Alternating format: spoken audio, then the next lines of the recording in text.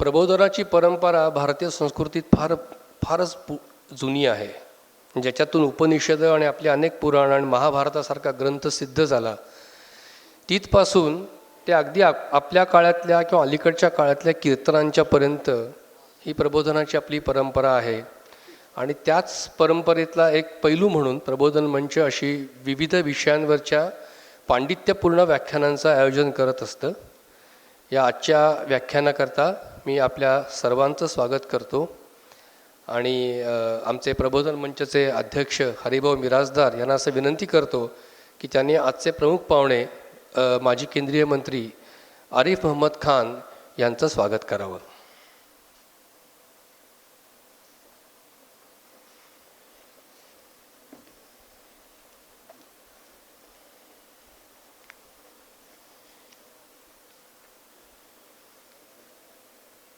आरिफ मोहम्मद खान पूर्वीसुद्धा जानेवारी 2007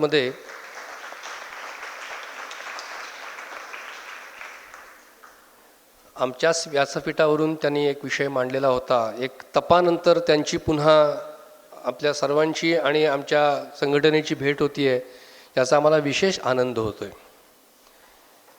त्यांनी अत्यंत कठोरपणे सांगितले की त्यांचा परिचय हा अत्यंत अल्प असावा, त्यामुळे त्यांच्या विनंतीस मान देऊन त्यांचा एक अल्प परिचय आपल्यापुढे मांडतो आहे.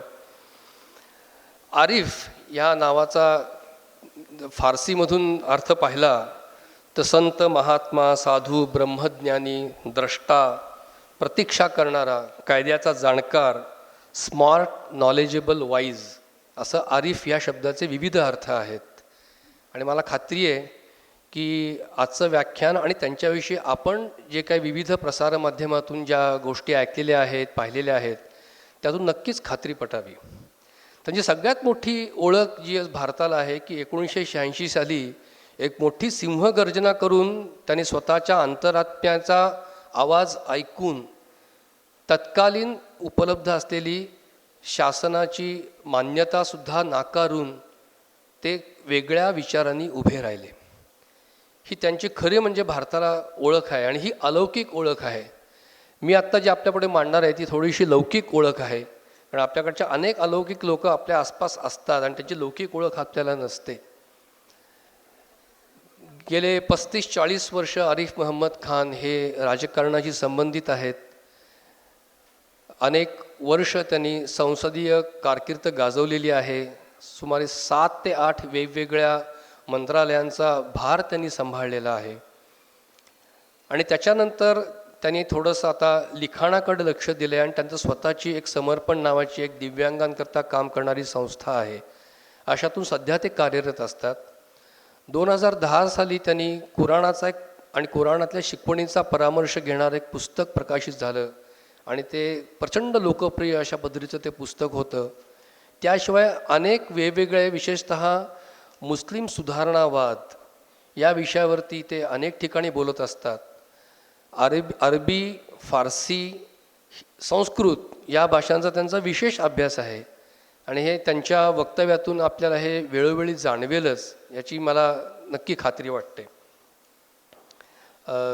साधारणतः कार्यक्रमाचं स्वरूप असं असणार आहे की तासाभराचं उद्बोधन असेल, त्याच्यानंतर आपण एक 30 मिनटं ते 45 मिनटं प्रश्नोत्तराचा कार्यक्रम ठेवलेला आहे. आणि मी सुरुवातीला सांगितलं तसं प्रश्न फक्त लिखित स्वरूपातच स्वीकारले जातील. त्यामुळे आपल्याकडे कार्यकर्त्यांनी जी परिचयपत्र दिलेली आहेत त्याच्या मागच्या बाजूला आपण आपले प्रश्न लिहून द्यावेत, म्हणजे ते प्रश्न विचारणं आणि त्यांच्या एकंदरीत, कारण बऱ्याच वेळेला प्रश्न पुन्हा पुन्हा येत असतात, म्हणून त्या प्रश्नांचं थोडंसं संपादन करून ते प्रश्न इथून विचारले जातील, त्याचं उत्तर आपले आजचे व्याख्याते आपल्यासमोर मांडतील. अशा स्वरूपाचा हा एक कार्यक्रम असणार आहे. कुठल्याही अलीकडच्या काळातल्या कार्यक्रम सुरू होण्याची जी नांदी ही परंपरा होती, तशी अलीकडची नांदी म्हणजे आपापले मोबाईल फोन बंद करा हे सांगितल्यानंतर कुठल्याही कार्यक्रमाची आजकाल सुरुवात होते. आणि पुणेकरांच्या पद्धतीनं वाटली नाही तरी ही प्रेमळ सूचना आहे असं समजा आणि आपल्या आणि इतरांच्या श्रवणभक्तीमध्ये कुठंही अडथळा येणार नाही याची काळजी आपण घेऊयात. कारण आज सगळेच जण आलेले आहेत एका वेगळ्या दृष्टिकोनाचा परिचय करून देण्याकरता आणि त्याला आपण पुरेपूर न्याय देण्याकरता आपली लौकिक व्यवधानं बाजूला ठेवावीत अशी नम्र सूचना. आणि मी आजचे आपले वक्ते माजी केंद्रीय मंत्री श्री आरिफ मोहम्मद खान यांना विनंती करतो की त्यांनी आपला विषय आपल्यासमोर प्रस्तुत करावा. तत्पूर्वी आमच्या प्रबोधन मंचाचे श्री किशोरजी शशितल एक प्रबोधन मंच आणि भूमिका या संदर्भातलं थोडं प्रास्ताविक आपल्यासमोर मांडतील आणि त्याच्यानंतर मग आपण मुख्य व्याख्यानाचा लाभ घेऊया.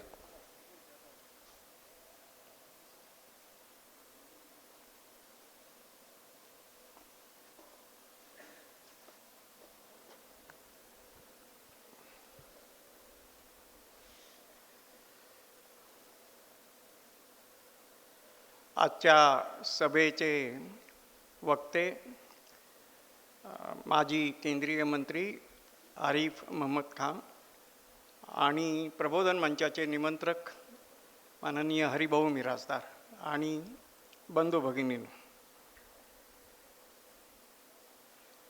आजच्या वक्त्यांना जे बोलवलं आहे आपण त्यांच्यापुढे जो विषय दिला आहे तो भारतीय संविधान आणि अल्पसंख्याक.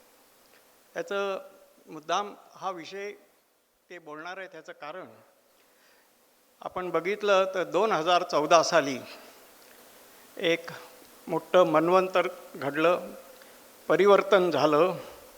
आणि ते परिवर्तन म्हणजे एक राजकीय पक्ष जाऊन दुसरा राजकीय पक्ष सत्तेवर आला एवढ्यापुरतं मर्यादित नसून एक फार मोठा ह्या देशाचा सारीपाट बदलला गेला आहे, पॅराडाईम शिफ्ट झालेला आहे. आणि मधल्या जो काही 67 वर्षाचा काळ होता त्यानंतर प्रथमच भारतीय संस्कृतीच्या प्रकाशात ह्या देशाची वाटचाल सुरू झाली आहे. म्हणजे 16 मेला 2014ला रिझल्ट्स आले आणि 18 मेला लंडनमध्ये लंडन टाइम्स ह्या वर्तमानपत्राने एक अग्रलेख लिहिला.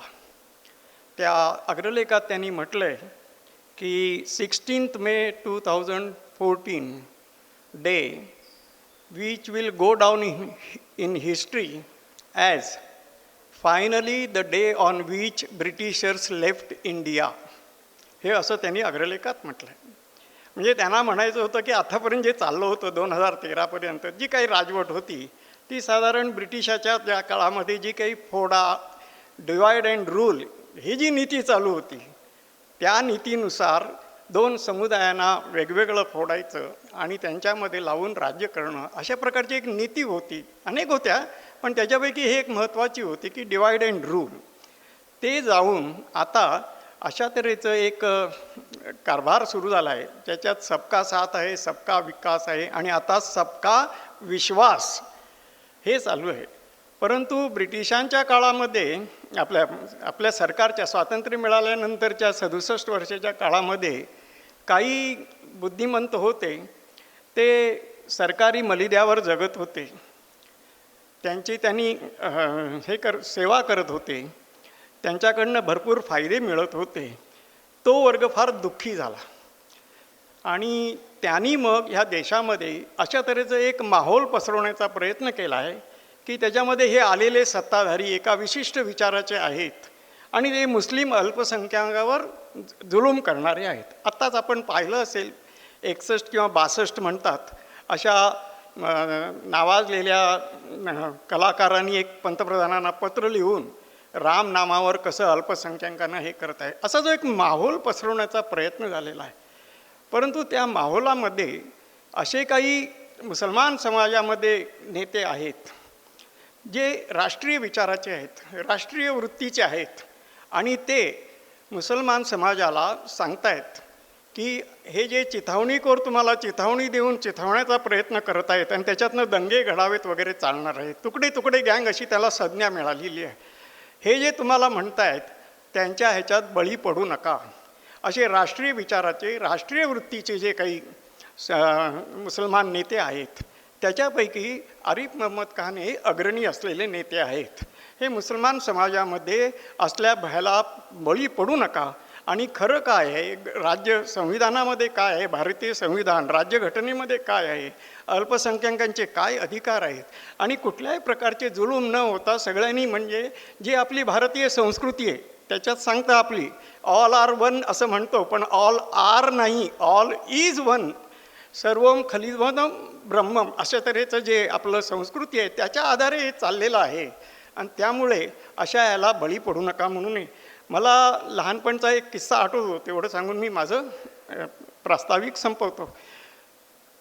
लहानपणी आम्ही शाळेमध्ये कॉलेजमध्ये असताना एक किस्सा मला सांगितला जायचा की ज्या वेळेला फाळणीचे दिवस होते आणि दोन्ही बाजूला अत्यंत उग्र वातावरण होतं हिंदू आणि मुसलमानामध्ये. मुसलमान तर पाकिस्तान मिळालं पाहिजे म्हणून फार मोठ्या प्रमाणात हे करत होते. तर त्यावेळेला एका काँग्रेसी नेत्याने जाऊन वल्लभभाई पटेलांना विचारलं की का हो मुसलमान समाजामध्ये कोणी राष्ट्रीय मुसलमान नाही आहे का हो की जो ह्या सगळ्यांना आवर घालेल.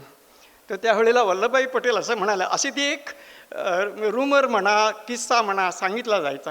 वल्लभभाई पटेल त्यावेळेला म्हणाले होते की मला एकच राष्ट्रीय मुसलमान दिसतो, तो म्हणजे जवाहरलाल नेहरू, असं त्यावेळेचं वाक्य होतं. परंतु त्याच्यानंतर आज 70 वर्षामध्ये मुसलमान समाजामध्ये अनेक राष्ट्रीय वृत्तीचे राष्ट्रीय विचाराचे नेते झालेले आहेत. आणि त्याच्यातले अग्रणी म्हणून आरिफ मोहम्मद खान आहे, ज्यांनी 1986 साली शहाबानो केसमध्ये राजीव गांधीच्या समोर उभं राहून हे जे तुम्ही करताय ते अत्यंत चुकीचं आहे म्हणून केंद्रीय मंत्रिपदाचा राजीनामा देऊन ते बाहेर पडले. प्रचंड विरोध होता त्यावेळेला त्यांना. म्हणजे ते शहाबानो केसमध्ये जेव्हा सुप्रीम कोर्टाचा डिसिजन आला त्यावेळेला मुंबईमध्ये तर चीफ जस्टिसची प्रेतयात्रा काढली होती. अशा तऱ्हेचं भयानक वातावरण असतानासुद्धा आरिफ मोहम्मद खान राष्ट्रीय विचाराचे असल्यामुळे उभे राहिले. मुसलमान समाजाचं हित कशात आहे ते त्यांना माहीत असल्यामुळे ते मुद्दाम ठामपणे उभे राहिले. अशा प्रकारचे अग्रणी असलेले हे आरिफ मोहम्मद खान आहेत. म्हणून त्यांना आम्ही भारतीय संविधान, कारण भारतीय संविधान हे त्याची नीव जी आहे, बेस जो आहे तो भारतीय संस्कृती आहे. आणि ते भारतीय संस्कृतीमध्ये सर्व धर्मियांना वाव आहे. म्हणून आर्टिकल 15 म्हटलेलं आहे की state shall not discriminate against any citizen on the basis of religion, असं सरळ म्हटलेलं आहे की कोणाचंही डिस्क्रिमिनेशन होणार नाही, सर्वांना न्याय मिळेल. अशा तऱ्हेचं असताना मुद्दाम त्याकरता आम्ही त्यांना बोलवलं की ही जी आपली राज्यघटना आहे ती आणि अल्पसंख्य ह्यांच्याविषयी आपण मार्गदर्शन करावं आणि ह्याच्या पुढची वाटचाल पण अल्पसंख्याकांची कशी असावी ह्याबद्दल विशेषतः त्यांचा राग जो आहे तो संघावर पण असतो. संघावर त्यांनी बरंच ह्या तुकडे तुकडे गँगचा राग आहे की ह्या सगळ्यांच्या मागे राष्ट्रीय स्वयंसेवक संघ आहे.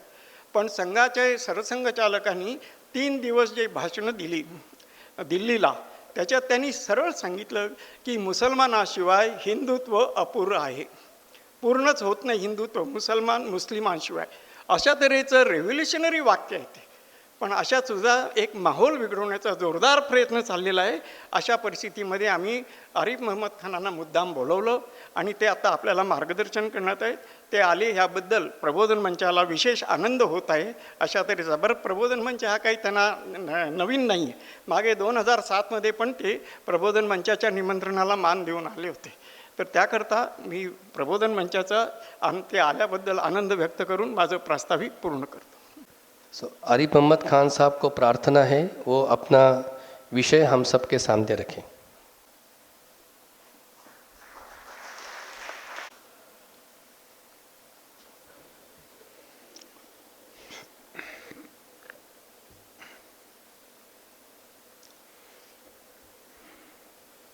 माननीय हरि भाई, माननीय किशोर भाई, इस कक्ष में उपस्थित सभी देवी और सज्जनों, सबसे पहले प्रबोधन मंच पुणे को धन्यवाद. उन्होंने आमंत्रित किया और जो आज विषय दिया गया है भारत का संविधान और माइनॉरिटीज़, अल्पसंख्यक, उस पर बोलने के लिए मुझे यहाँ आमंत्रित किया और ये मौका दिया कि मैं आप सबके साथ अपने विचारों की सहभागिता कर सकूं. मैं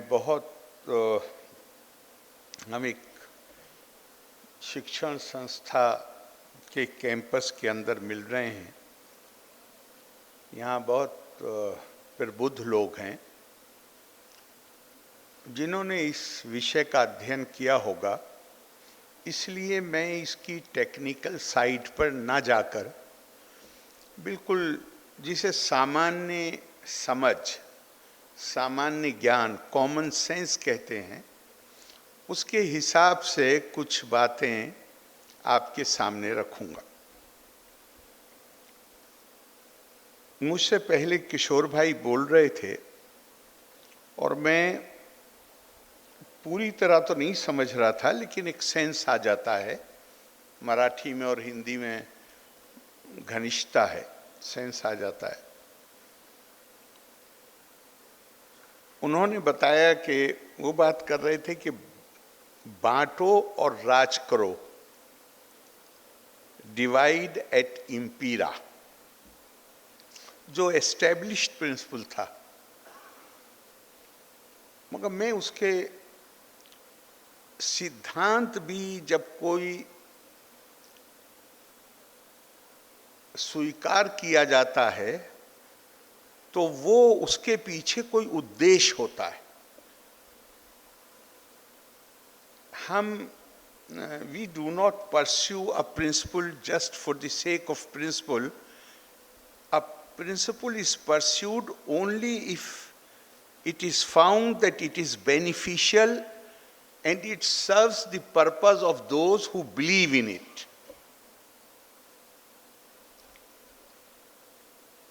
तो हमारे इतिहास में 1857 बहुत महत्वपूर्ण घटना है। मुगल बादशाह बहुत सालों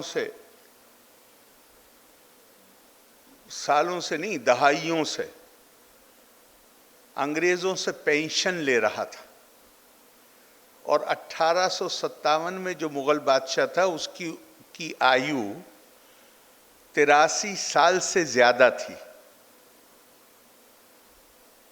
वो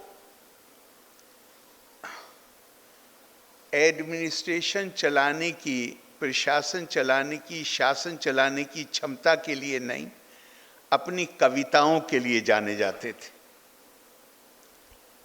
प्रशासन की कोई जिम्मेदारी थी भी नहीं।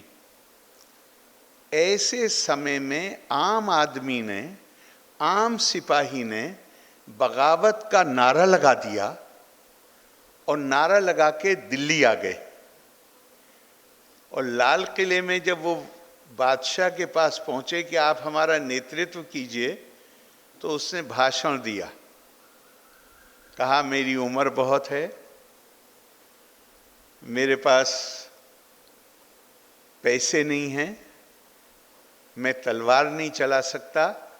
और जब वो भाषण लंबा हो गया तो इतिहासकारों ने लिखा है कि बुद्ध सेन नाम का एक सिपाही, जो मेरठ से जो सिपाही आए थे, उसने जोर से चिल्ला के कहा, जो लोग थोड़ा बहुत पश्चिमी उत्तर प्रदेश से परिचित हैं वो इसको ज़्यादा समझेंगे, वहाँ थोड़ी भाषा ज़रा सख्त होती है। तो उसने चिल्ला के कहा कि ए बूढ़े बादशाह, ना हमें तेरे हाथ में तलवार देनी, ना हमें तुझसे पैसा चाहिए, लेकिन हम बहादुर शाह जफर जिंदाबाद का नारा लगाएंगे और अपने देश को आजाद कराएंगे। ऐसी बहुत सी घटनाओं ने अंग्रेज को, देखिए ना, इतना बड़ा देश, इतनी बड़ी आबादी, उस पर बहुत थोड़े से लोग जो आए हुए थे वो राज कर रहे थे। अब उन्हें लगा कि 1857 में तो जिसको नेतृत्व सौंपना चाहते थे वो अक्षम था। अगर किसी वक्त भारतीयों में एकता की कोई कमी नहीं थी, नेतृत्व अक्षम था। अगर इन्हें आने वाले दिनों में कोई सक्षम नेतृत्व मिल गया तो क्या होगा?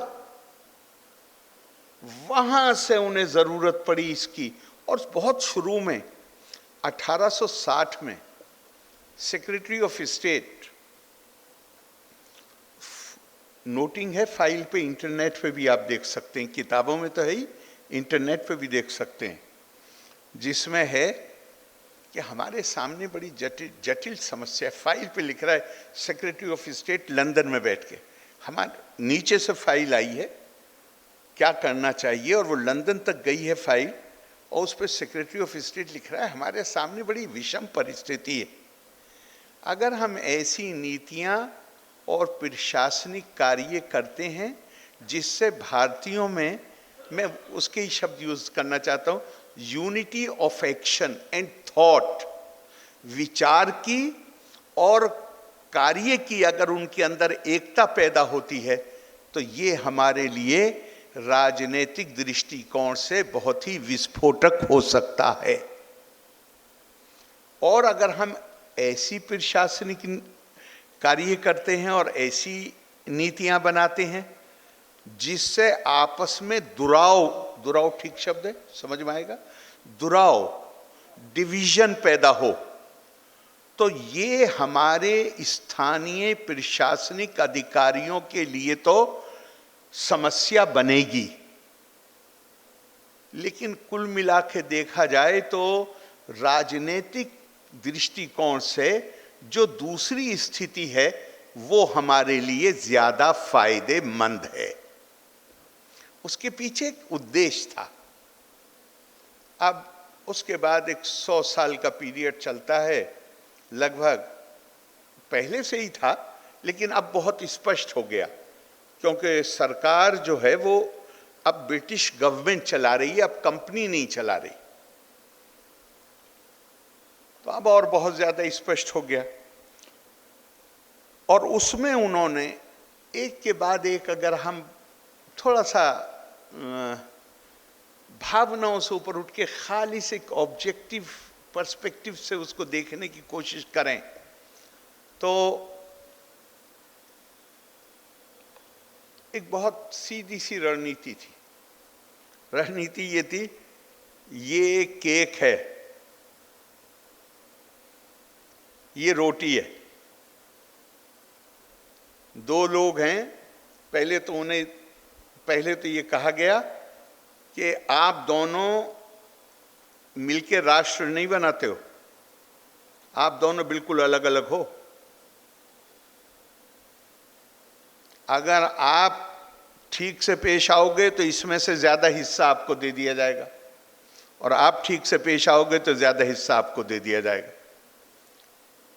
और ये पक्की बात है कि भारत एक राष्ट्र नहीं है, ये एक समूह है विभिन्न धार्मिक समुदायों और सामाजिक इकाइयों का। यहां किसी को यह अधिकार नहीं है कि वो राष्ट्र के आधार पर कोई मांग कर सके। नीति तय हो गई। अब जब ये नीति तय हो गई तो इसमें सेपरेट इलेक्टोरेट आना ही था। और अगर आप संविधान सभा की कार्रवाई पर नजर डालें तो संविधान सभा दो मामलों में बिल्कुल साफ थी। एक तो वो कहते थे कि हम वल्नरेबल, यानी कोई बाहर से हमला करे और आसानी से हमारे ऊपर काबू कर ले, ये तभी संभव होता है जब अंदर से कोई समाज कमजोर हो। और हमारी जाति व्यवस्था ने हमें कमजोर बनाया, और इस जाति व्यवस्था का आधार छुआछात है। इसलिए इस मामले पर उन्होंने एक पक्का फैसला किया, एबोलिशन ऑफ अनटचेबिलिटी। दूसरा फैसला किया, एबोलिशन ऑफ सेपरेट इलेक्टोरेट। अलगाववादी चुनाव व्यवस्था ने भारत के समाज को पूरी तरह बांट के रख दिया, और इसके नतीजे में देश का विभाजन। मैं अपनी राय नहीं दे रहा हूं, गलतफहमी में मत आइएगा, संविधान सभा की कार्रवाई पढ़ लीजिए। इसलिए अब देश में चुनाव का आधार ये नहीं होगा कि कौन किस धार्मिक या सामाजिक समुदाय से आता है, बल्कि टेरिटोरियल कॉन्स्टिट्यूएंसी, एक क्षेत्र विशेष के लोग अपना प्रतिनिधि चुनेंगे। और भारत में शायद ही कोई ऐसा क्षेत्र होगा, संसदीय क्षेत्र, जिसमें जितने धर्म के मानने वाले भारत में हैं उनके सब कुछ ना कुछ लोग वहां ना रहते हों, जितनी बिरादरियां हैं वो ना रहते हों। तो अब ये आदमी किसका प्रतिनिधित्व करेगा? ये धार्मिक समुदायों का प्रतिनिधित्व नहीं करेगा, ये सामाजिक इकाइयों का भी प्रतिनिधित्व नहीं करेगा, ये भारत के उन नागरिकों का प्रतिनिधित्व करेगा जो उस विशेष क्षेत्र में रहते हैं। कभी गौर करिए, असल में हमारी नहीं, दुनिया में कहीं भी इंसान की समस्या आई है कि हम कानून बदल लेते हैं लेकिन आदतें बड़ी मुश्किल से बदली जाती हैं। अनटचेबिलिटी एबोलिशन हो गया, लेकिन कितने साल के बाद कानून बनाना पड़ा कि एबोलिशन के बावजूद जो लोग अभी भी इसको प्रैक्टिस कर रहे हैं उनके खिलाफ उसे आपराधिक मामला माना जाए। कितने साल बाद बनाना पड़ा? पहले तो यही प्रिज्यूम किया गया ना कि संविधान ने इसे खत्म कर दिया तो ये खत्म हो गया। नहीं, आदतें बड़ी मुश्किल से बदलती हैं। आदतें बदलने के लिए अपने आप को, अपने अंदर एक परिवर्तन लाना होता है। तो अब हमारी 100 साल से ज्यादा की आदत थी हिंदू मुस्लिम, हिंदू मुस्लिम। नया संविधान बना, सेपरेट इलेक्टोरेट खत्म, धर्म के नाम पे कोई भेदभाव नहीं हो सकता, धर्म के नाम पे कोई विशेष अधिकार नहीं हो सकता। आदत तो है हिंदू मुस्लिम करने की, अब क्या करें? अब हमने कर दिया मेजॉरिटी माइनॉरिटी। हिंदू मुस्लिम शब्द इस्तेमाल नहीं किए जा सकते थे, तो हमने क्या किया? Majority minority. कहां लिखा है भैया संविधान में? जरा बता तो दीजिए कहां लिखा है। और फिर एक बुनियादी बात समझिए, बुनियादी बात, दुनिया में सब जगह, आप बहुत पढ़े लिखे लोग हैं यहां पे, वेस्ट में कितना बड़ा संघर्ष हुआ है स्टेट और चर्च के बीच में, वहीं से तो सेकुलरिज्म निकला।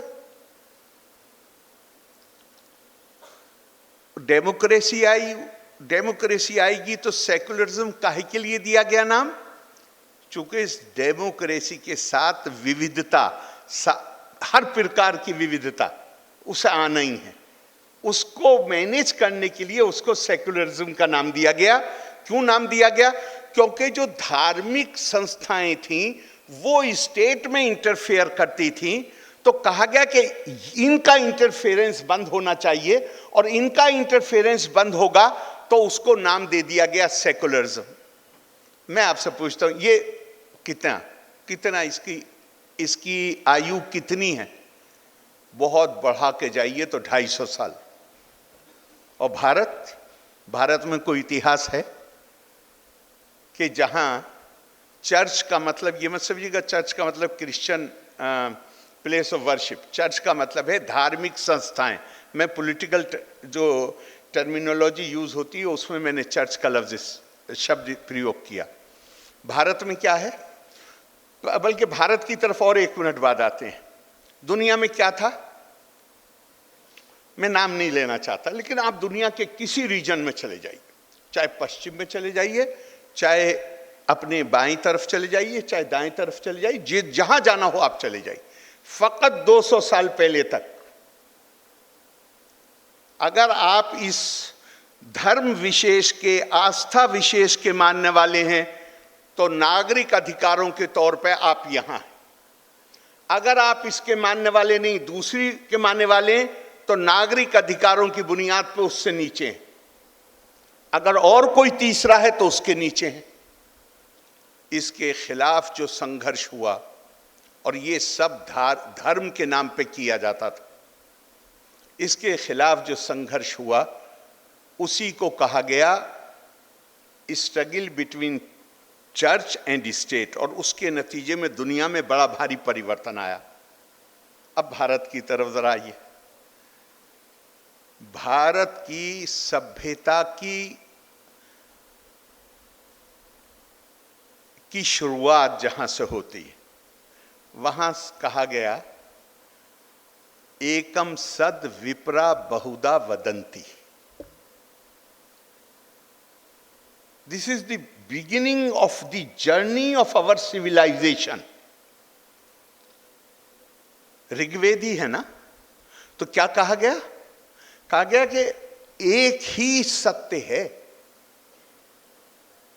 लेकिन उसको जो जानते हैं, जानने की कोशिश करते हैं, वो उसका बखान, वो उसके बारे में जो वक्तव्य देते हैं, वो अलग अलग अपनी अपनी समझ के मुताबिक देते हैं। अब रिसेंटली तुलसीदास जी जाकी रही भावना जैसी, प्रभुदेव की तीन मूरत तैसी। भारत के इतिहास में, मैं ये भी नहीं कह रहा हूं कि हमसे पुरानी और सभ्यताएं नहीं हैं, रही हैं दुनिया में हमसे भी पुरानी सभ्यताएं, लेकिन उनमें सब में ब्रेक आ गया है।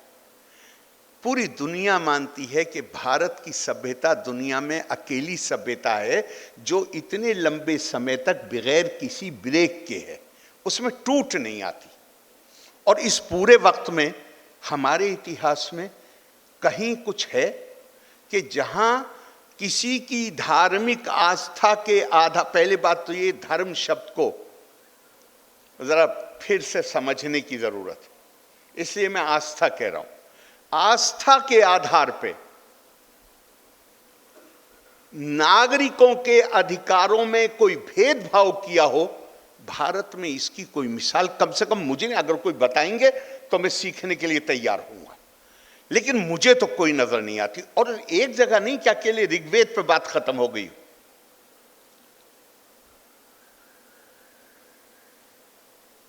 भारत को और भारत को परिभाषित कैसे किया गया? उत्तरम यत समुद्र से हिमाद्रि चैव दक्षिणम वर्षम तत् भारत नाम भारती यत संतति। क्या क्राइटेरियन है? उत्तर में हिमालय से लेकर दक्षिण में समुद्र तक जो ये भूभाग है, ये भारत, और यहां रहने वाले, यहां पैदा होने वाले, वो उसकी संतान।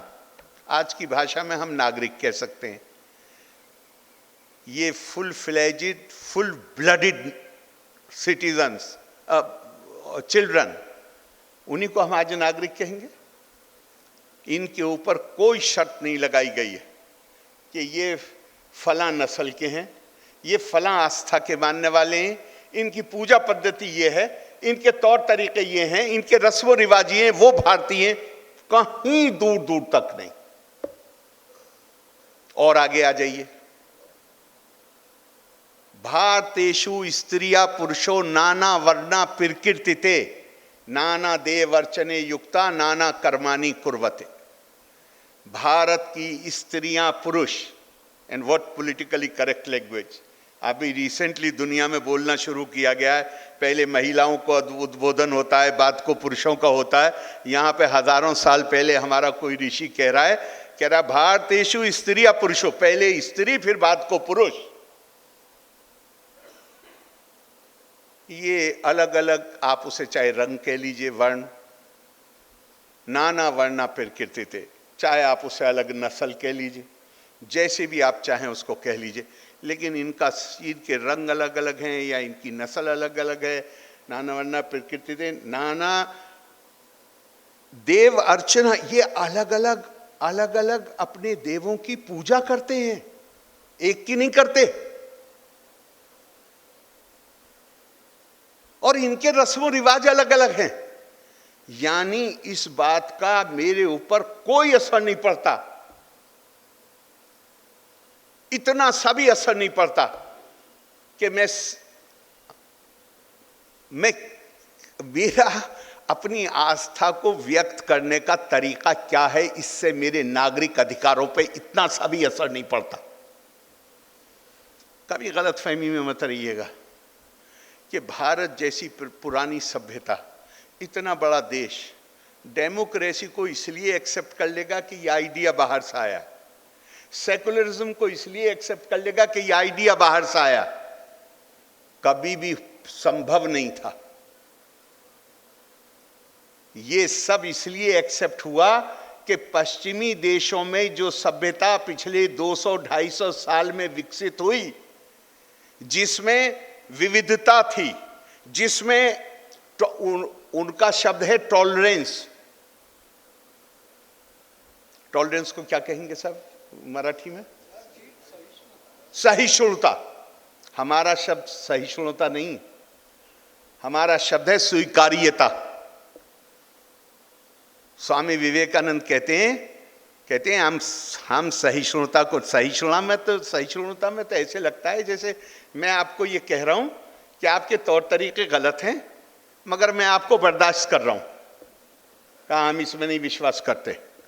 हम विश्वास करते हैं स्वीकार्यता में, हम विश्वास करते हैं आदर करने में। हमारे लिए हम ये मानते हैं कि दुनिया में जितनी ये धार्मिक परंपरा, आस्था की जो परंपराएं हैं, ये दुनिया में विभिन्न आत्माओं द्वारा परम सत्य को जानने का प्रयास है। और ये it has been conditioned by their local circumstances, by geographical and social context. और इसलिए चूंकि ये विभिन्न आत्माओं द्वारा सत्य को जानने का प्रयास है, इसलिए ये हमारे लिए सब आदरणीय है, हम इन्हें स्वीकार करते हैं। लेकिन जैसा मैंने आपसे कहा, हमारे यहां कोई इतिहास नहीं है। मेजोरिटी, मैं आपसे एक और मोटा सा सवाल करता हूं, मैं मेजोरिटी हूं हिंदुस्तान में, क्योंकि इस शब्द बहुत इस्तेमाल हो रहा है, तो मुझे ये, मैं मेजोरिटी हूं तो मुझे ये इख्तियार है कि मैं किसी की गर्दन काट दूं, कानून से बच जाऊंगा मैं? या मैं माइनॉरिटी हूं और मैं अपराध कर दूं तो मैं कानून से बच जाऊंगा? हमेशा ध्यान रखिए, रूल ऑफ लॉ सोसाइटी में one with law is majority. जिसका आचरण विधि के अनुसार है वो मेजॉरिटी है। एक व्यक्ति हो, कोई डरने की बात नहीं। हमारे यहां जो माइनॉरिटी शब्द इस्तेमाल किया गया, अरे बाबा, मैंने पता नहीं, मतलब मैं तो ये जमाने से बोलता हूं, लेकिन अब एकदम से लोगों को बड़ा इंटरेस्ट हो गया कि यार सब क्या बोले। मैं तो जमाने से बोलता हूं, लेकिन वो एक इंटरव्यू आया रिसेंटली, उसके बाद कई जगह से मुझे आ रहा है कि अब इस पे आके बोलिए।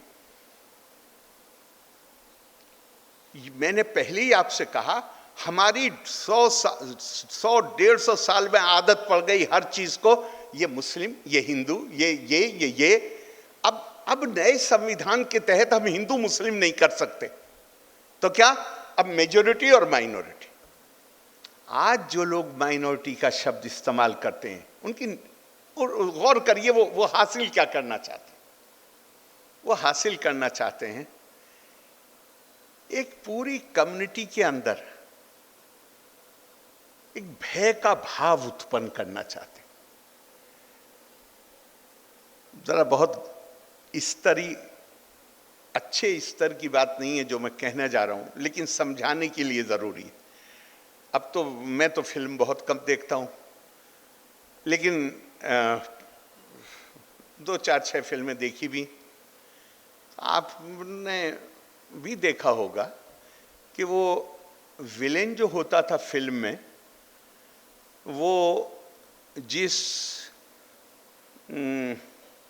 लड़की से उसको जिसकी वो तवज्जो, उसका ध्यान अपनी तरफ खींचना चाहता था, तो पहले अपने 2 साथियों को भेज के उस पर हमला करवाता था,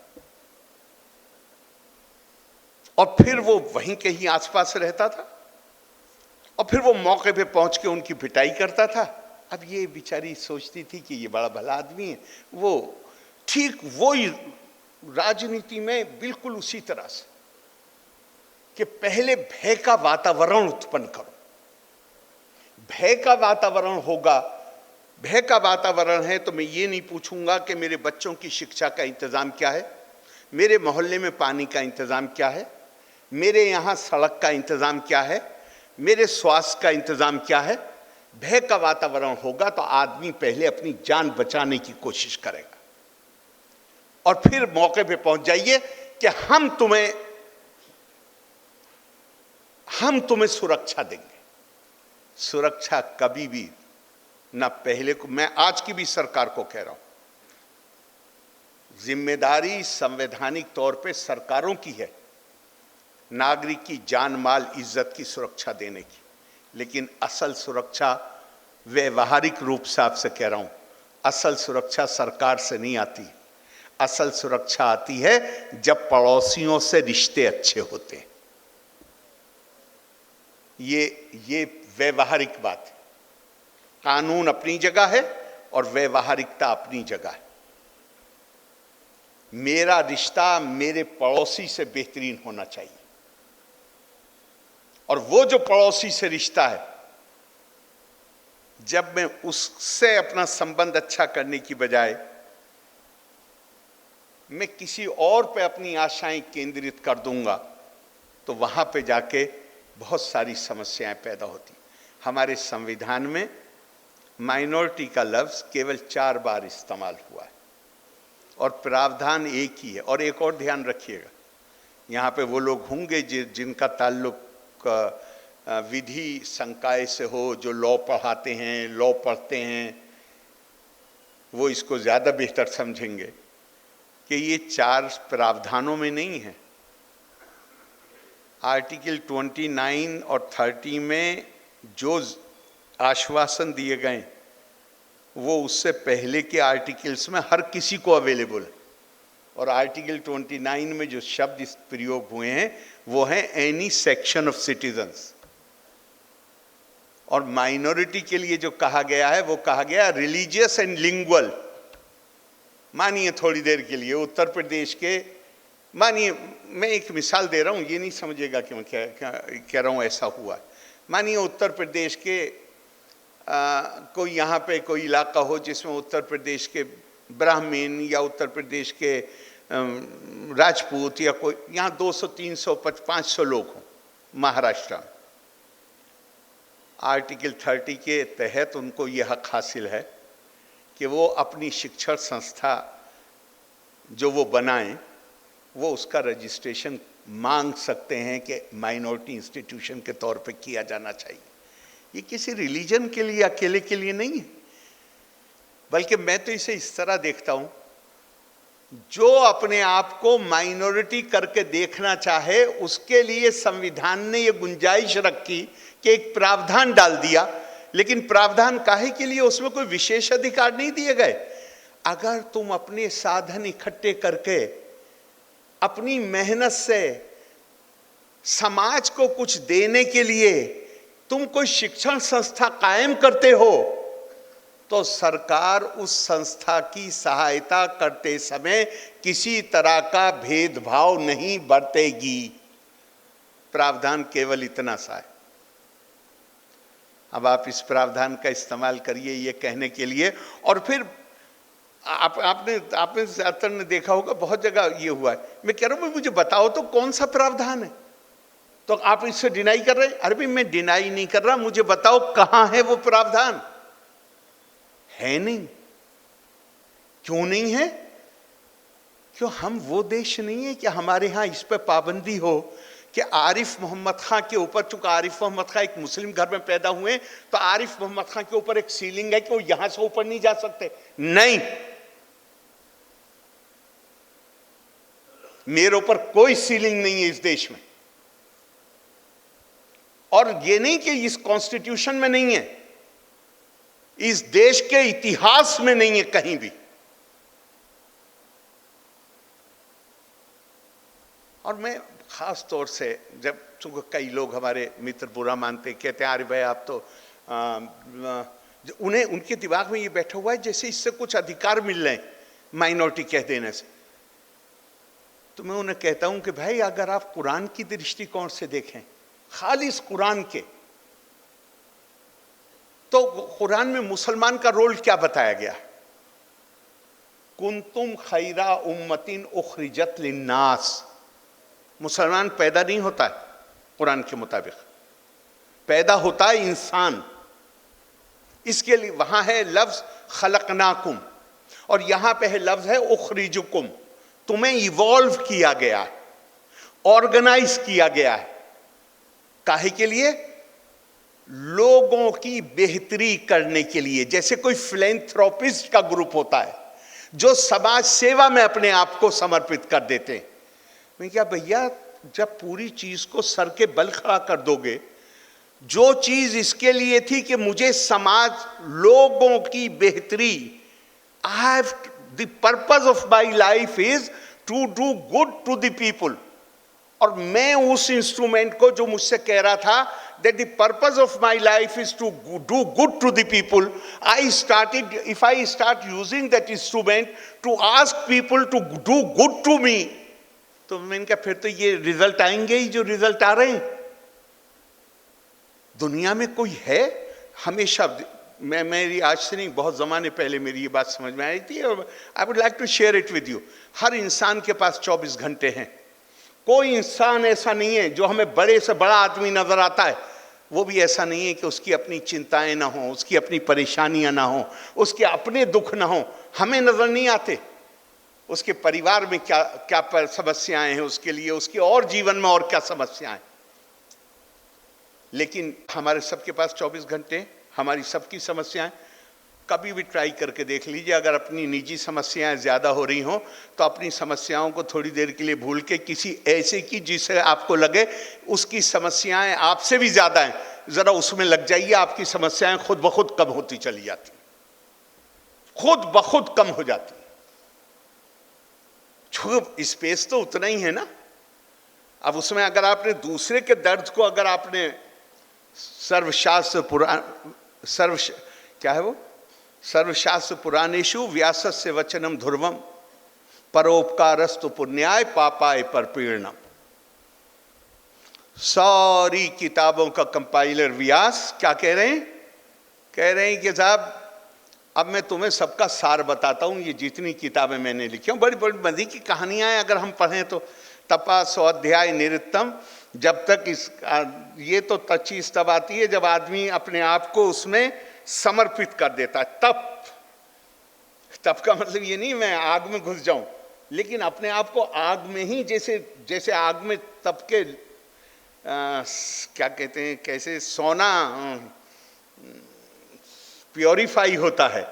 तो ये अध्ययन जो है, ये ऐसा, वो मैं पढ़ रहा था कहीं कि वो व्यास और नारद मुनि की भेंट हुई, तो व्यास ने बड़ी शिकायत की और कहा कि भाई मैंने इतना समय लगाया है, इतनी मेहनत करी है, सारी बुद्धिमत्ता, सारी अच्छी बातें एक जगह इकट्ठी कर दी, पर कोई पढ़ता ही नहीं, फायदा ही नहीं उठाता कोई। अब ये कलयुग की बात नहीं है, बहुत पहले की बात। तो नारद मुनि ने कहा ना कोई पढ़ता और ना पढ़ेगा, इसलिए कि ये इतना सो प्रोफाउंडली फिलोसॉफिकल, ये गूढ़ दार्शनिक सिद्धांत हैं जो आपने इन किताबों में लिखे हैं। तो फिर क्या करूं? कहा इनको छोटी छोटी कहानियों में बदल दीजिए, तो फिर लोग पढ़ने लगेंगे इसको। तो हमारे यहाँ तो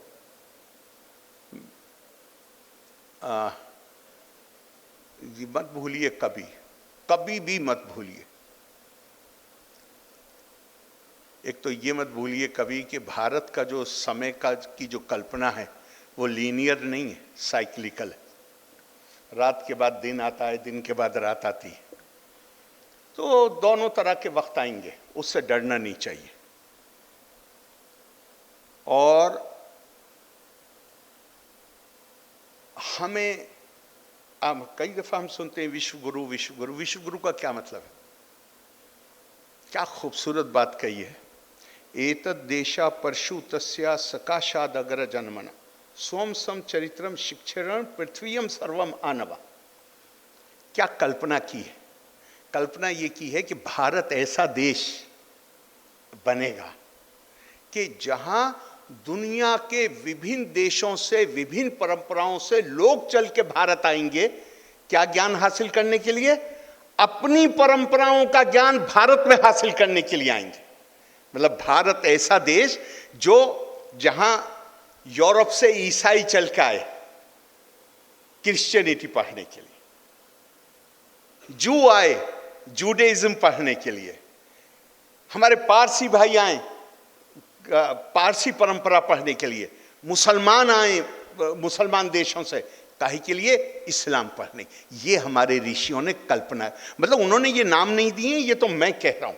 उन्होंने तो ये कल्पना की कि जो दुनिया में अलग अलग परंपराएं हैं वो भारत में आए अपनी परंपराओं का ज्ञान लेने।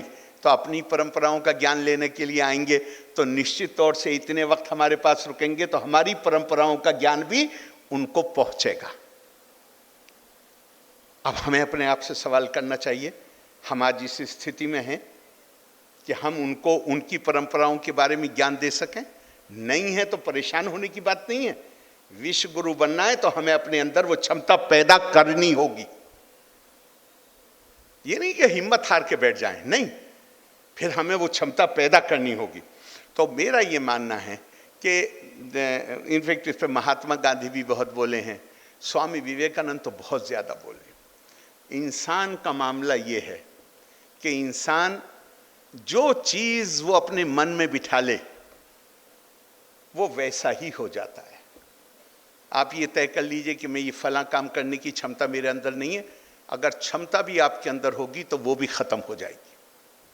और आप ये तय कर लीजिए कि चाहे जो विषम परिस्थितियां हों मुझे ये करना है, अगर क्षमता की कभी कमी भी होगी तो प्रकृति आपके अंदर वो क्षमता पैदा कर देगी।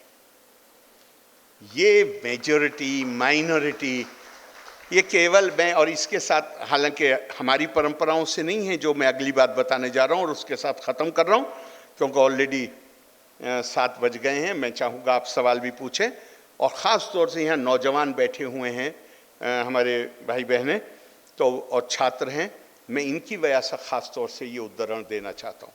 मुझे नहीं पता आप में से कितने लोगों ने कंडोलीज़ा राइस की बायोग्राफी पढ़ी। कंडोलीज़ा राइस वो है जो बुश के ज़माने में सेक्रेटरी ऑफ स्टेट थी। मैं आपको अपना निजी बताता हूँ, मैं ओबामा अमेरिका के राष्ट्रपति हुए, बहुत पॉपुलर ग्रेट स्पीकर, लेकिन मैं उनसे भी ज़्यादा अगर किसी से प्रभावित हूँ तो मैं कंडोलीज़ा राइस से प्रभावित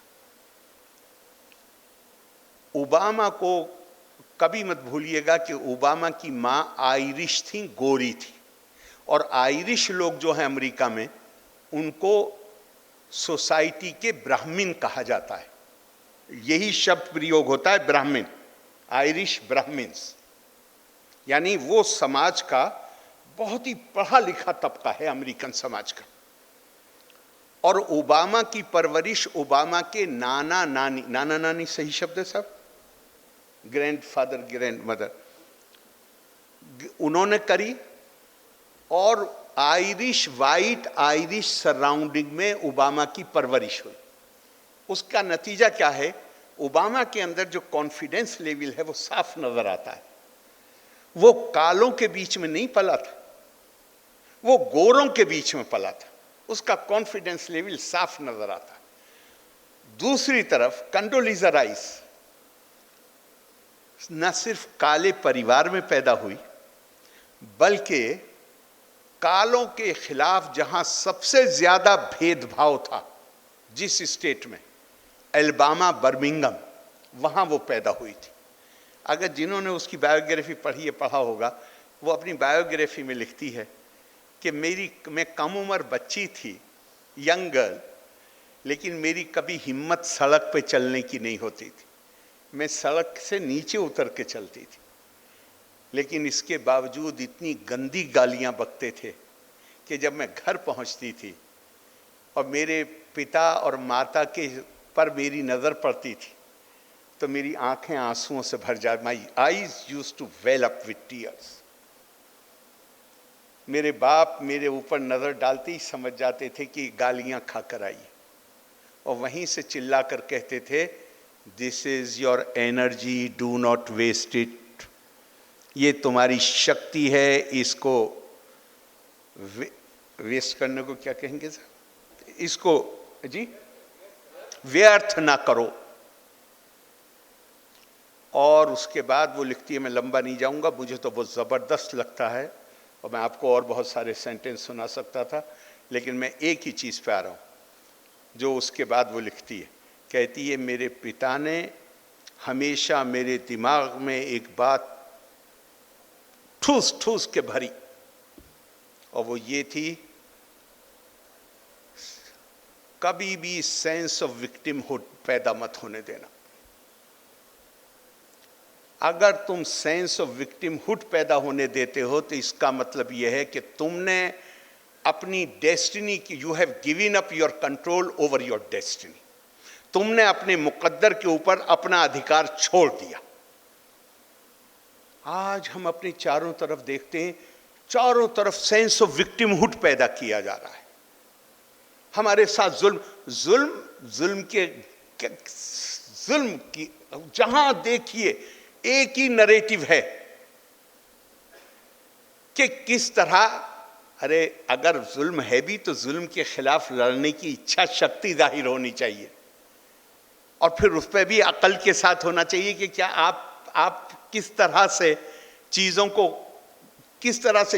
को आप इस तरह से मोल्ड करना चाहते हैं जो इंडिविजुअल के भी हक में हो और देश के भी हित में हो। यहाँ तो ऐसे लगता है बाज़ वक्त तो बहुत सच कहता हूँ आपको, मैं बड़ा ऑप्टिमिस्टिक आदमी हूँ, बहुत आशावादी, लेकिन मुझे घबराहट होने लगती है कि हमने क्या तय कर रखा है कि हम अपने लोगों को सिर्फ उनके अंदर मायूसी पैदा करना चाहते हैं, सिर्फ उनके अंदर डर पैदा करना चाहते हैं।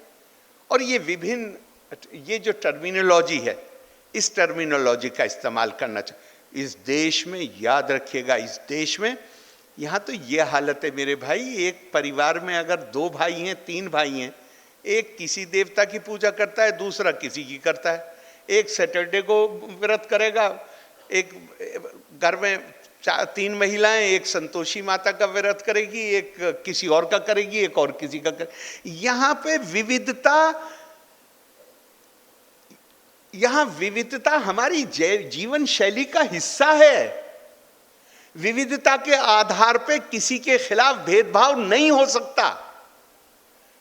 ये तब हमारी समझ में, इसको हम तब पॉजिटिवली लेंगे जब पहले हम इस चीज को समझ लें, बजाय इसके कि विविधता के नाम पे हम लोगों के दिल में डर पैदा करें, हम लोगों को कहें कि तुम्हारे पर किसी वक्त भी हमला हो।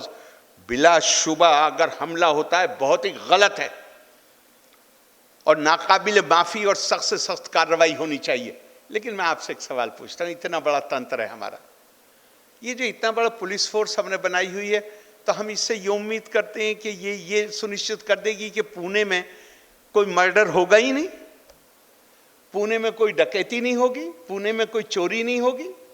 नहीं, अपराधी प्रवृत्ति के लोग तो रहेंगे। हमारे तंत्र का काम यह है कि अगर कोई अपराध करता है और कानून को अपने हाथ में लेता है तो उसके खिलाफ कानून के मुताबिक जो सख्त से सख्त कार्रवाई है वो कार्रवाई होनी चाहिए। लेकिन हम अपने लोगों के बीच में आस्था के नाम पर, जाति के नाम पे हम उनके बीच में दीवारें, हमारे कॉन्स्टिट्यूशन बनाने वालों की जो सोच थी, हम उसके साथ इंसाफ नहीं करते। अगर आज भी हम देश के लोगों को खानों में बांट के देखना चाहते हैं, हम भारतीय हैं, हमारी पहचान भारतीय नागरिक की है, और भारतीय नागरिक के नाते मुझे पूरा अधिकार है कि मैं अपनी आस्थाओं को जैसे चाहे व्यक्त करूं। मेरी निजी आस्थाएं, आर्टिकल 25 खास तौर से मैं आपसे कहना चाहूंगा, गौर से पढ़िएगा। मैंने कई दफा लोगों से कहा है, subject to public order, morality and health, every person is entitled to these rights.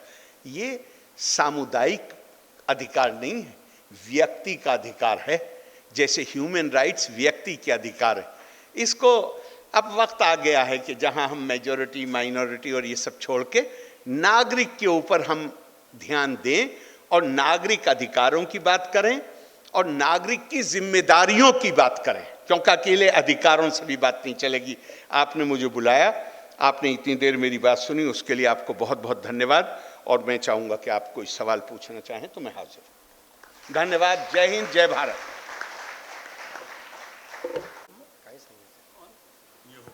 Hello, आपने सवाल पूछा, how far sharia is relevant with our constitution, what is Shariah?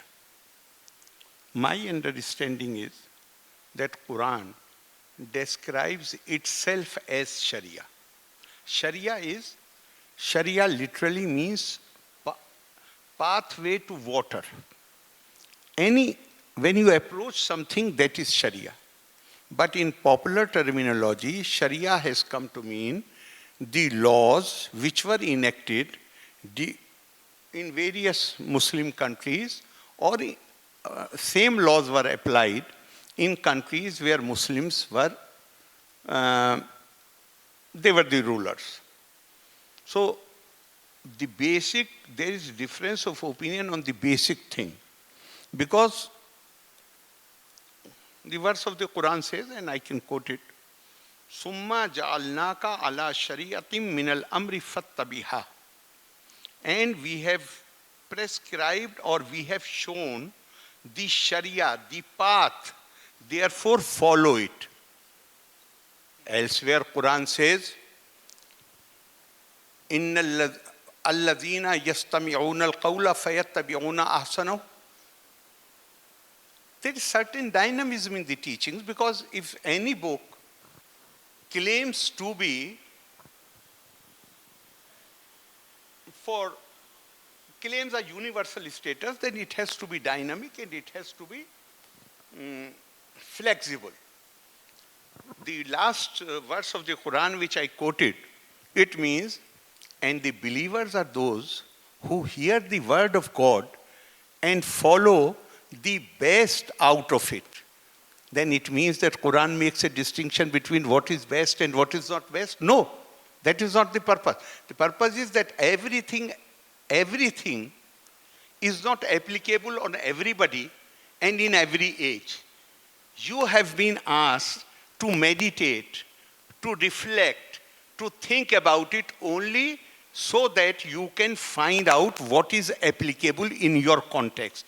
Therefore, this question, even I'm not, first of all, I'm not a great scholar of Sharia, but even those who have spent their lives, they have not been able to answer this question fully, because here in India, we are often hearing about this Sharia. In Muslim countries, most of the provisions of the Sharia means laws which were written in 8th, 9th, 10th centuries. They have already been, they are no longer operative. Then what people are talking about? Oh, so I hope with this you will excuse me. Then the other question is, sir, ye ek aap kaun sa lo sir? You know? You have asked me, is there any chance that the Muslim community in India wholeheartedly merges into the national ethos? Now, this is very, very, very generalistic terms, national ethos. Can you define it definitely? What are the national ethos? And there are not only Muslims, there are even many people among the non-Muslims who do not fully subscribe to everything. And there are many Muslims, not everybody, who are deeply, deeply, deeply committed to what they consider are the national ethos. And nobody can speak on behalf of a large group. How can you? Moreover, I think we must also reflect upon our own failings. And our own failing is that unless we provide proper education to our children, it will be very difficult for them to come to the right conclusions. I would like to ask myself, have we done our duty? No, we have not done. In a country like India, the kind of resources which we should have spent on our education, on promoting what we consider national ethos, unfortunately, we have failed to do that. But instead of blaming somebody for this failure, I would say that as a society, there is need for us to reawaken and take up all these tasks which somehow have not received as much attention as it was due to them.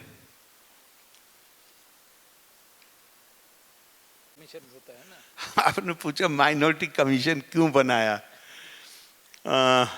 बहुत सारी चीज़ें हैं जिस पर आप ये सवाल कर सकते हैं कि माइनॉरिटी कमीशन क्यों बनाया।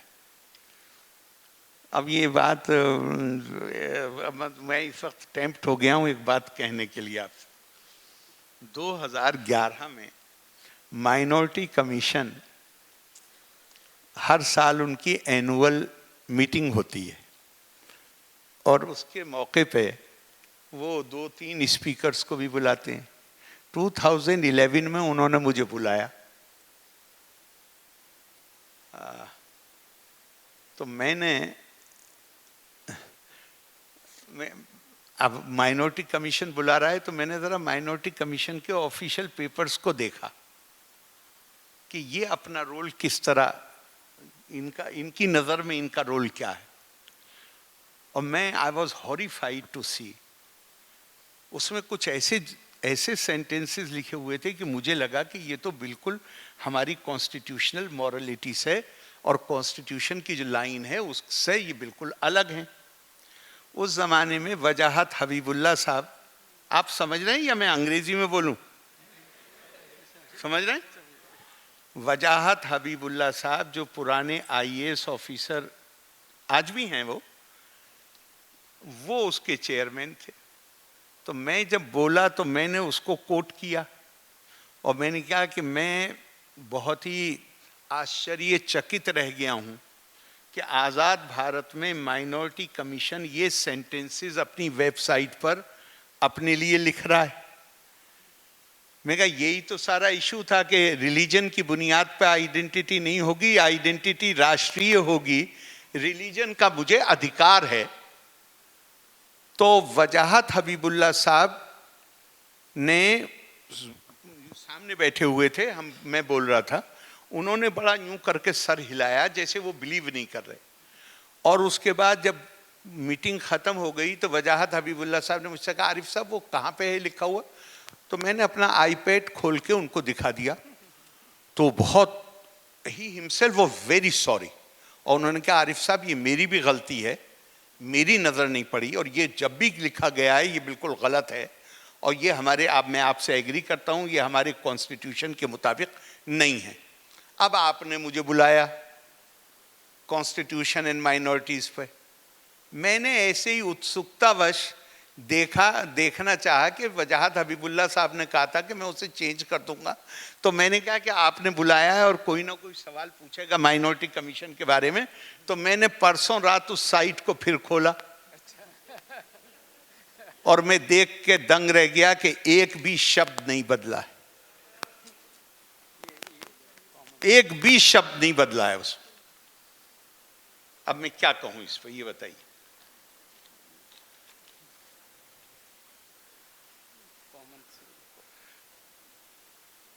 कॉमन सिविल कोड की आपने बात की है। आज ही मेरा एक लेख आया है, आप में से जो लोग नहीं देखे हों वो देख लेंगे। अभी 4-6 महीने पहले टाइम्स ऑफ इंडिया में भी मेरा लेख था जिसमें मैंने अपने आर्गूमेंट दिए थे यूनिफॉर्म सिविल कोड के बारे में। तो इतनी जल्दी वो सारे आर्गूमेंट तो नहीं दिए जा सकते, लेकिन एक बुनियादी बात समझ लीजिए। बुनियादी बात यह है कि अगर आप प्योरली इस्लामिक जूरिस्प्रूडेंस के दृष्टिकोण से देखें या किसी भी रिलीजियस जूरिस्प्रूडेंस के दृष्टिकोण से देखें, सरकार को केवल एक बात सुनिश्चित करनी, और वो ये कि कानून किसी भी व्यक्ति को वो काम करने के लिए न कहे जो उसकी अपनी जो आस्था की व्यवस्था है उसमें वो हराम हो, प्रोहिबिटेड हो, और वो ऐसे किसी काम को करने से न रोके जो काम ऑब्लिगेटरी हो। अब आप जिन चीज़ों को हम एनाक्रोनिस्टिक मानते हैं, मानिए मिसाल के तौर पर 3 तलाक तो वो खुद ही कहते हैं ये कुप्रथा है जो बात को जोड़ी गई है। जो इसके डिफेंडर हैं वो भी यही कहते हैं। तो ऑब्लिगेटरी तो नहीं हुआ कि इसको हटाने से कोई आपके रिलीजन की प्रैक्टिस में कोई फर्क आ जाए। या मैं कहता हूं आपसे, पॉलीगैमी है। पॉलीगैमी एक बहुत ही विशेष परिस्थितियों में, जहां पे उस जमाने में जंगें होती थीं, बड़ी तादाद में आदमी मर जाते थे, महिलाओं की तादाद ज्यादा हो जाती। अभी रिसेंट टाइम्स में, सेकेंड वर्ल्ड वॉर के बाद जर्मनी में महिलाओं को कहा गया कि कोई ये पूछेगा ही नहीं कि बच्चे का बाप कौन है, जिसके ज्यादा बच्चे होंगे उसको अवार्ड दिया जाएगा। क्यों? इतनी ज्यादा तादाद, इतने लोग मर गए थे। तो वो एक नेचुरल इम्बैलेंस पैदा हो गया था। उस हालत में इजाजत दी गई है रिलीजन की प्रैक्टिस के लिए। वो जरूरी नहीं है, बल्कि ये कहा गया है अगर ऐसे हालात हो तो तुम ज्यादा शादी कर सकते हो, लेकिन इस शर्त के साथ कि तुम दोनों के बीच में इंसाफ करोगे। और फिर उससे अगली आयत में कहा गया, 2-4 आयतों के बाद, ये तुम्हारी कॉम्पिटेंस है ही नहीं, तुम्हारी क्षमता नहीं है कि तुम इंसाफ कर सको। और फिर एक आयत में कहा गया, वनकिहुल अयामा मिनकुम, यानी हुक्म दिया गया है शादी उससे करो जिसकी पहले शादी ना हुई हो। तो मैंने पूछा, भाई ये सिर्फ पुरुषों के लिए है या ये महिलाओं के लिए भी है? क्योंकि नहीं साहब, ये तो सबके लिए है। तो मैंने कहा, जब सबके लिए है तो इसको जहां पे सीधे सीधे हुक्म है उसको बाजू पे डाल दिया। ठीक है साहब, बाजू पे डाल दिया। और जहां कंडीशनल परमिशन है उसको एब्सोल्यूट राइट बना दिया। तो अब इंसानों का तो यही है, वो अपने फायदे के लिए बहुत सारी चीजों को बदल देते हैं। जी नहीं, मुझे तो नहीं लगता कि एकदम से किसी ने बंद किया है। मुझे महाराष्ट्र का नहीं मालूम, मुझे साउथ इंडियन स्टेट्स का नहीं मालूम। उत्तर प्रदेश में, बिहार में तो 1952-53 से बीफ बंद है। तो जी, हाँ, ये बीफ के बारे में प्रश्न है। तो मुझे तो नहीं लगता कि एकदम से कोई बंद है। ये तो एक तो डायरेक्टिव प्रिंसिपल है हमारे संविधान में, और दूसरे सभी उत्तर भारतीय राज्यों में ये निषेध लागू हो गया था अर्ली 50s में। और देखिए, भारत जैसे देश में कोई खाने पीने की चीज़ों की, अब एक ज़माना था कमी थी, सही है, लेकिन आज तो कोई कमी नहीं है। तो ये इशू नहीं बनने चाहिए। मेरा ये मानना है कि इसको इशू बनाया जाना चाहिए, जहाँ पे अगर कोई चीज़ कानूनी तौर पर, देखिए हमें एक और चीज़ सीखनी पड़ेगी, और वो ये है कि कानून का सम्मान करना बहुत ज़रूरी। रूल ऑफ लॉ सोसाइटी में हम सेलेक्टिव हो जाएं, ये कानून मानेंगे और ये नहीं मानेंगे, इसके बड़े बुरे परिणाम निकलते हैं। इसलिए मैं नहीं समझता कि इन चीज़ों पे बहुत ज़्यादा बहस करनी चाहिए। सर, मुझे इसमें पूछा गया battle between Islam and western civilization. आप बात कर रहे हैं, आपका आर्गूमेंट, सवाल, आपका क्वेश्चन आधारित है क्लैश ऑफ सिविलाइजेशंस जो किताब आई थी उसके बेसिस पे। मुझे लगता है कि वैसा दुनिया में कुछ भी नहीं हुआ है। सारे मुस्लिम देश जिनके पास बगैर कमाया हुआ पैसा है, अंग्रेजी में इसको कहते हैं ट्रस्ट मनी, इकोनॉमिक्स से ताल्लुक जिन लोगों का होगा वो इसको, उन्हें ये बात ज़्यादा पता होगी। इसको जीडीपी में नहीं जोड़ा जाता है, इसको ट्रस्ट मनी कहा जाता है। और वो इतनी ज़्यादा है कि अगर मुस्लिम मुल्कों की, इन देशों की ये मनी, अगर मानिए कोई तरीक़ा हो कि यूरोपियन और अमेरिकन इकोनॉमी से विड्रॉ की जा सके तो इकोनॉमी हिल जाएगी। आप देख रहे हैं, ये सिर्फ हंटिंगटन की थ्योरी थी, इसमें कहीं कुछ नहीं। सारे, अब मुझे वो शब्द नहीं प्रयोग करने चाहिए जो आमतौर से प्रयोग किए जाते हैं कि ये तो वहां तो वो होता है जो अमेरिका चाहता है। क्लैश कहाँ पे, बैटल कहाँ पे? बैटल तो तब होती है जब आप इंडिपेंडेंट स्टैंड ले पाए। वहां तो कोई है ही नहीं, कुछ भी तो नहीं है। हाँ, अगर बैटल से मुराद है आपकी सरकारें नहीं, एस्टेब्लिशमेंट नहीं, बल्कि कुछ प्राइवेट ऑर्गेनाइजेशन जैसे ISI वगैरह है, तो कुछ हद तक आपकी बात सही है। लेकिन अगर आप उसे भी गौर से पढ़ेंगे और देखेंगे तो अफगानिस्तान के कॉन्टेक्स्ट में हिलरी क्लिंटन जो अमेरिका की स्टेट सेक्रेटरी थी, जरा उनका ही स्टेटमेंट पढ़ लीजिए, जहां उन्होंने कहा ये तो हमने क्रिएट किए थे।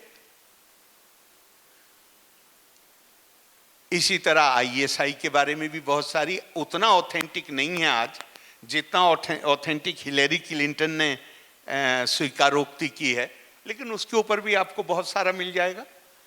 तो ये देखिए, असल चीज दूसरी है। असल चीज है कि दुनिया में जब तक, मैं पैसे से भी ज्यादा कह रहा हूं आपसे, आमतौर से असमानता कही जाती है, किसी के पास ज्यादा साधन है, किसी के पास कम है। हर प्रकार की असमानताएं बनी रहेंगी जब तक शिक्षित लोग नहीं होंगे, जब तक शिक्षा की समानता पैदा नहीं होगी। जो लोग, जिनके पास शिक्षा नहीं है, उनका एक्सप्लॉयटेशन भी होगा, उनका इस्तेमाल भी होगा, उनके संसाधनों का प्रयोग भी होगा। अगर कोई आपका सेफ गार्ड है तो वो एक है, और वो है कि अपने लोगों को शिक्षित कीजिए। विविधता से कभी नहीं डरना चाहिए। और भारत के आदमी, भारतीय मानस को तो, बल्कि अगर आप इजाज़त दें तो मैं आपको, चूँकि यहाँ हमारे काफ़ी मित्र उस से संबंधित हैं, मैं आपको एक 2 मिनट का 1972 में गुरु गोलवालकर जी ने एक इंटरव्यू दिया है जो ऑर्गेनाइजर में छपा है। किसको? नहीं नहीं नहीं नहीं नहीं नहीं नहीं नहीं नहीं, ऑर्गेनाइजर में। ऑर्गेनाइजर तो संघ का मुखपत्र है। अब आप जरा ये 2 मिनट में आपके ले ही लूं, सारे सवालों के जवाब निकल आएंगे जो आपने पूछे।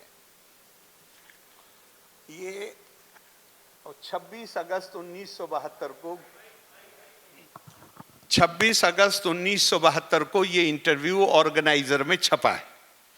और ये मैं बता दूं, मैं इंटरव्यू जरूर कोट कर रहा हूं, मैं पूरी तरह सहमत नहीं हूं गुरुजी के इस इंटरव्यू से, लेकिन मैं इंटरव्यू को कोट कर रहा हूं और मैं सलाम करता हूं उस जो एक क्या कहा था वो, नहीं भाव तो है ही, उससे बड़ी एक चीज है, उससे बड़ी चीज है कि धर्मेते ध्यातम बुद्धि मनसते महदस्तुचा, let your will be established in righteousness and your mind and heart be big।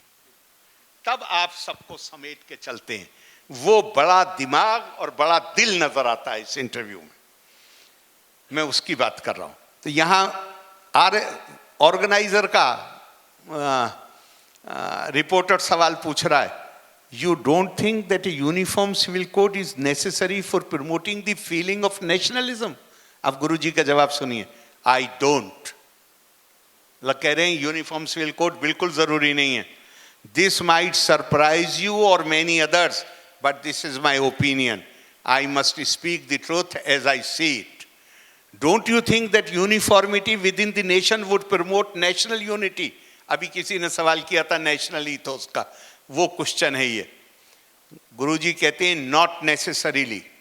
India has always had infinite variety, and yet for long stretches of time we were very strong and united nation. For unity we need harmony, not uniformity. In the West, the rise of nationalism has coincided with unification of laws and forging of other uniformities. Guruji ka jawab kya hai? Don't forget that Europe is a very young continent with a very young civilization. It did not exist yesterday and it may not be there tomorrow. My feeling is that nature abhors excessive uniformity. It is very early to say what these uniformities will do to Western civilization in times to come. apart from here and now, we must look back into the distant past. एक और इसमें बता दूं, we in this country have millennia of experience.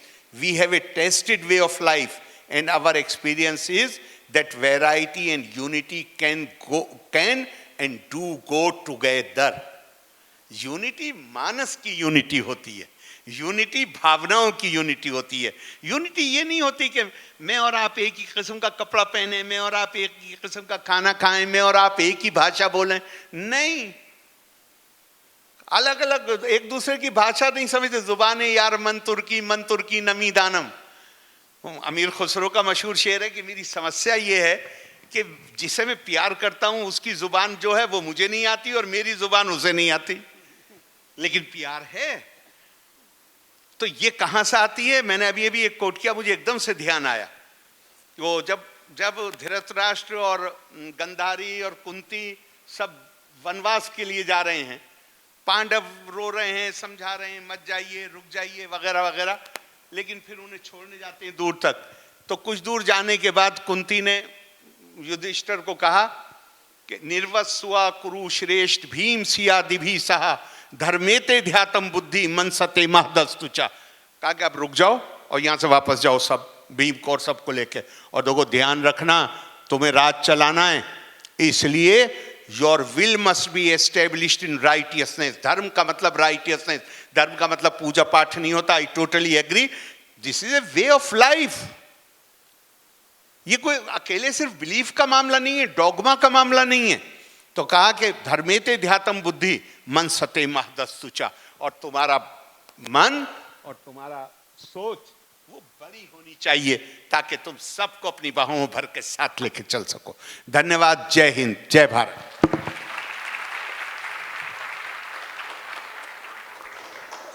पुणेकरांना फार पूर्वीपासूनच कायमच ज्ञानाची भूक असते, त्यामुळे प्रश्न कधीच पुणेकरांचे संपू शकत नाहीत। पण कुठेतरी आपल्याला थांबावं लागणार आहे आणि वक्त्यांच्या त्यांना सुद्धा स्वतःला काही एक वेळ विश्राम देण्याची आवश्यकता आहे। केवळ त्यासाठीच आपण आपला हा कार्यक्रम थोडा थांबवतो आहोत। नाही, मी सुरुवातीला सांगितलं लिखित स्वरूपातलेच प्रश्न घेतले जातील। बता दिया, किसी को भी ये अधिकार नहीं है कि कोई भी कानून को अपने हाथ में ले, हरगिज नहीं है। और तंत्र इसीलिए बना है कि अगर कोई अपराध करता है और कोई कानून को अपने हाथ में लेता है, उसके खिलाफ कार्रवाई। और देखिए, मैं आपको एक बात बता दूं, आपकी जितनी भावनाएं, मेरी भावनाएं उससे कहीं ज्यादा तीव्र हैं लिंचिंग के मामले में। मैं लिंचिंग का सर्वाइवर हूं, आपको शायद पता नहीं है। मेरे ऊपर हैदराबाद में हमला हुआ 1986 में, मेरे ऊपर बाराबंकी में हमला हुआ, मेरे ऊपर बहराइच में हमला ऑर्गेनाइज कराया गया, 3 हमले मेरे घर पे दिल्ली में ऑर्गेनाइज कराए गए। और अगर आपको याद हो 1990, याद नहीं हो तो आप इंटरनेट पे जाके देख लीजिए।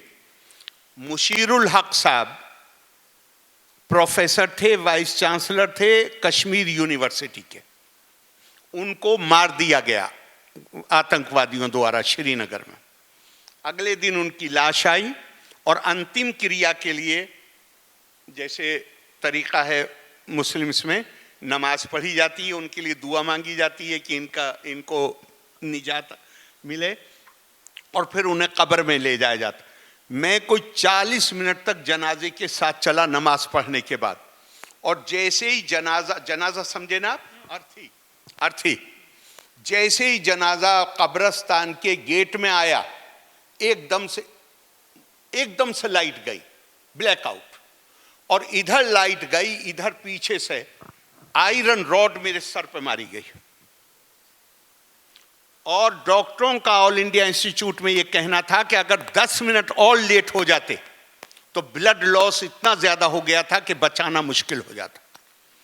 अब आप मुझसे सवाल मत पूछिए, मेरा बस चले, मैं ये तो हरगिज भी नहीं कहूंगा, मैं तो ये इजाजत दे ही नहीं सकता किसी को कि कोई कानून अपने हाथ में लेने की कोशिश करे, या कोई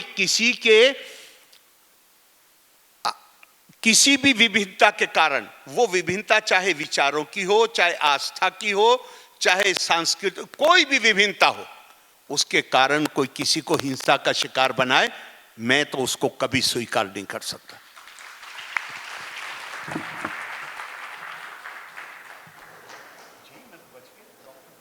कार्यक्रम आपण इथे थांबवतो आहोत.